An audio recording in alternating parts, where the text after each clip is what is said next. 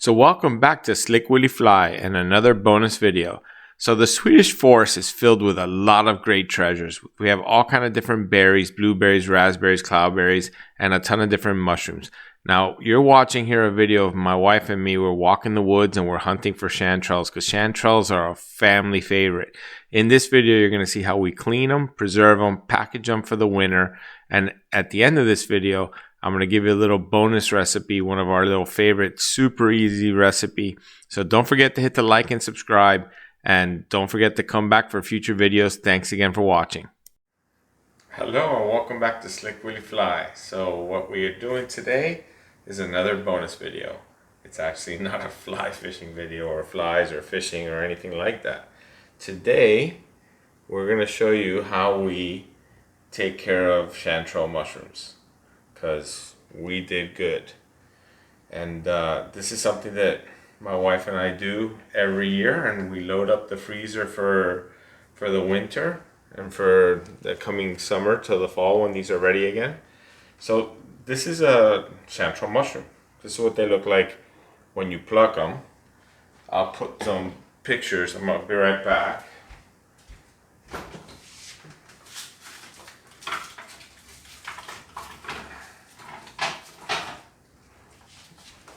This is what it looks like after we've processed them.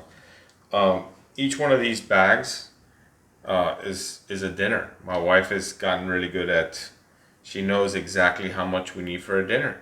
So these will go into my outside freezer. These are frozen now from the last time we plucked, and now we're gonna prepare these. So I'll be right back and show you the next step. All right, so the very first step in anything obviously is cleaning.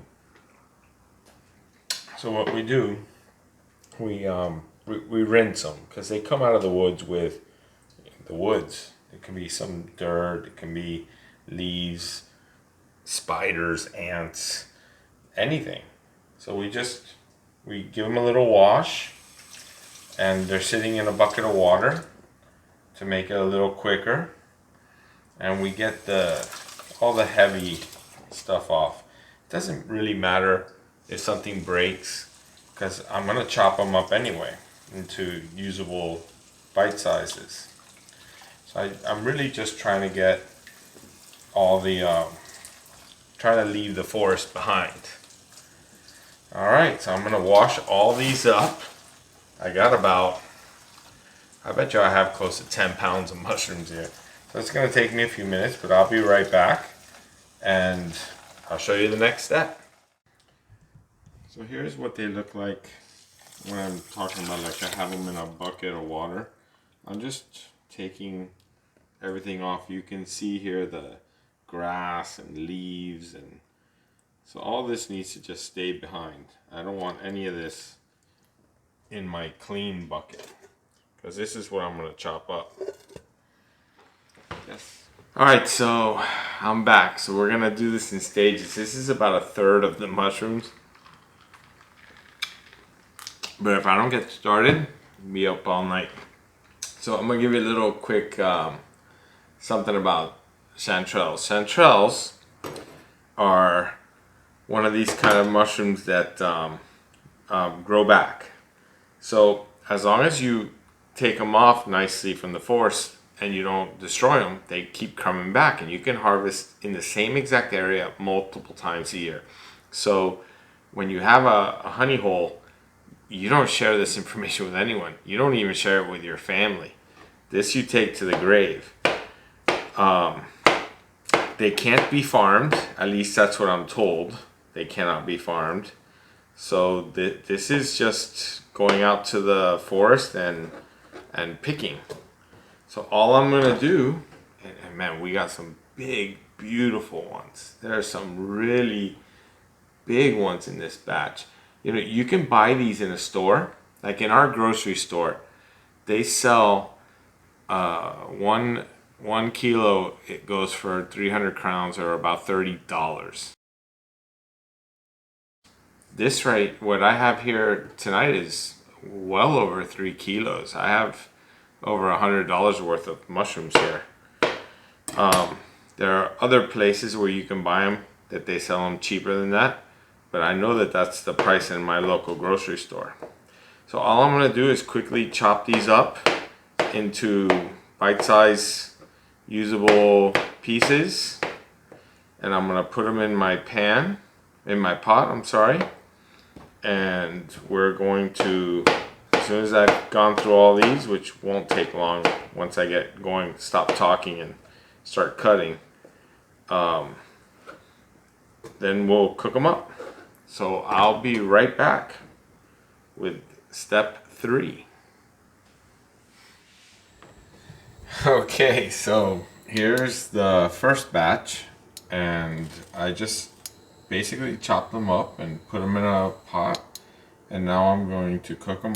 Right now I don't have anything in the pot, no water, no salt, and it's only the mushrooms. And I'll show you in a few minutes.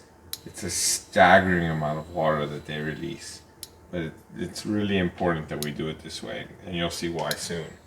And over here you'll see that I have quite a bit of mushrooms left to clean. These haven't even been touched yet, so I have a little work ahead of me. So I'll be back to show you how this looks very soon. So it's important to doing my best to video film here. It's important to come in every now and then and give this a little stir. You can see already the water in there. It's unbelievable. Look at all that liquid. It's unbelievable how much these will reduce and how much liquid they will release. So just gonna keep this going and cook it up. And I actually won't cook all of them. I'm still over here cleaning. Alright, so welcome back. So like I was saying, we'll use these in sandwiches, open face sandwiches. My wife will make them like a stew, and we'll make them with omelets, pasta sauce, homemade pizzas. We love these mushrooms. We'll use these in everything. So I won't actually process all. Some of these will be tomorrow night's dinner. So maybe I make a little, maybe that's how I finish this video, with tomorrow night's dinner. Alright, so this is what it looks like when it's finished cooking. And you see it just absolutely released a ton of liquid. So I'm going to go ahead and take this off the heat and let this start cooling down, because I can't really do anything with it till it cools off. And over here I'm still working on cleaning the last of my mushrooms, so I got a little work left. Hey, okay, so welcome back. It's the following day. We've preserved all the mushrooms that we saw yesterday. And now we're gonna make a really simple dinner that we enjoy very much, and I'm gonna go ahead and walk you through it. So what we do is we're basically gonna make a roux, essentially. I'm just gonna put some butter in a pot and start heating the butter.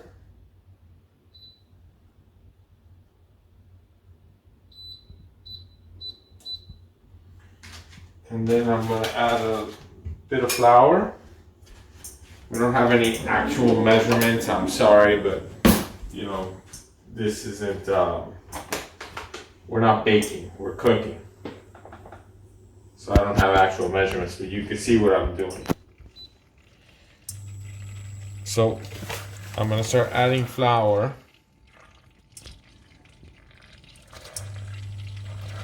To the butter. Maybe turn down my heat a little.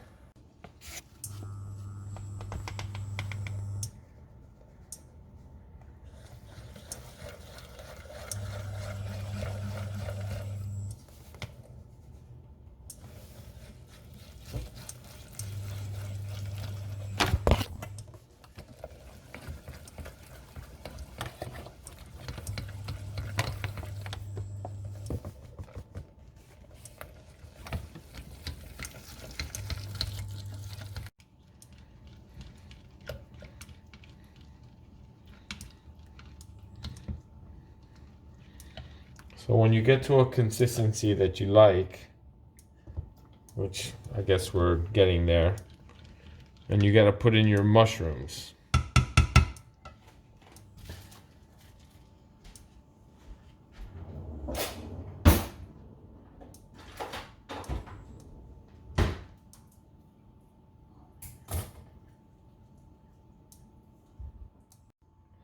Okay, so when you're satisfied with your roux, you take one of your preserved bags of mushrooms and you just use the whole bag.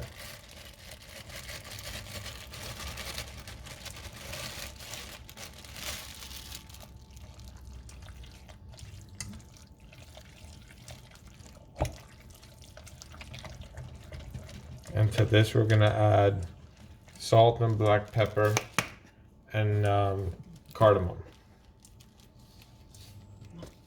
Or nutmeg, I'm sorry, not cardamom. And of course this is just to taste.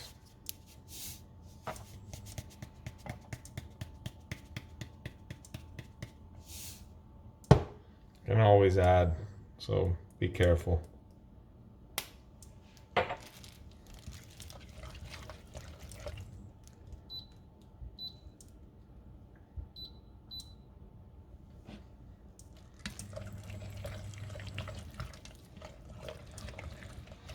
And we let this cook for a few minutes. Okay, so I'm gonna do, it's been basically at 1 minute. I'm just gonna taste it. I think it's good. Maybe a little bit more salt.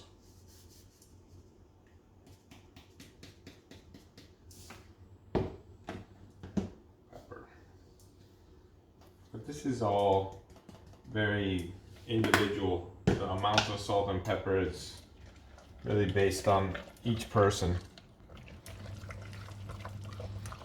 So now I'm just gonna go ahead and put this down to like 1, and we're gonna prepare the sandwiches. All right, so we're gonna preheat the oven.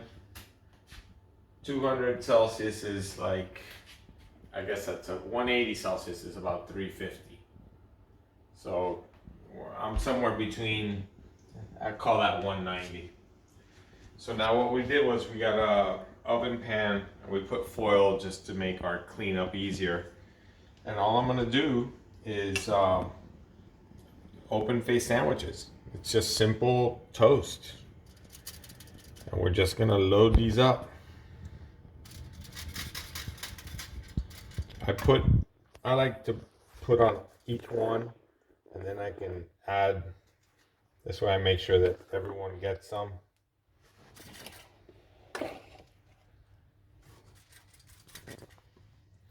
Okay, so here it is, ready to go into the oven. This is what the tray looks like. The package that my wife prepares, those are 500 grams. I'll do a conversion for my American friends. But basically 500 grams was the absolute perfect amount for 9 open face sandwiches. So now they're gonna go in the oven for, I don't know, 15 minutes at most. It's just to toast them up. And essentially the mushroom, the stew is cooked. So it's really just to toast them up a little bit. So a few more minutes and we'll pull them out. We'll show you what they look like. All right, so they look definitely done. Ooh, it's hot. Clogged up my glasses.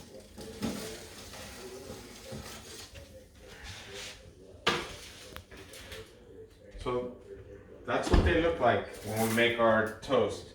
Now, this is just one of a variety of things people do with these mushrooms. You can make pastas, pizzas, omelets, put them in your eggs. I mean, these are really delicious mushrooms. So I hope you enjoyed the video, and we're gonna sit down for dinner now. Thank you for watching. Hit the like and subscribe. See you on the next video.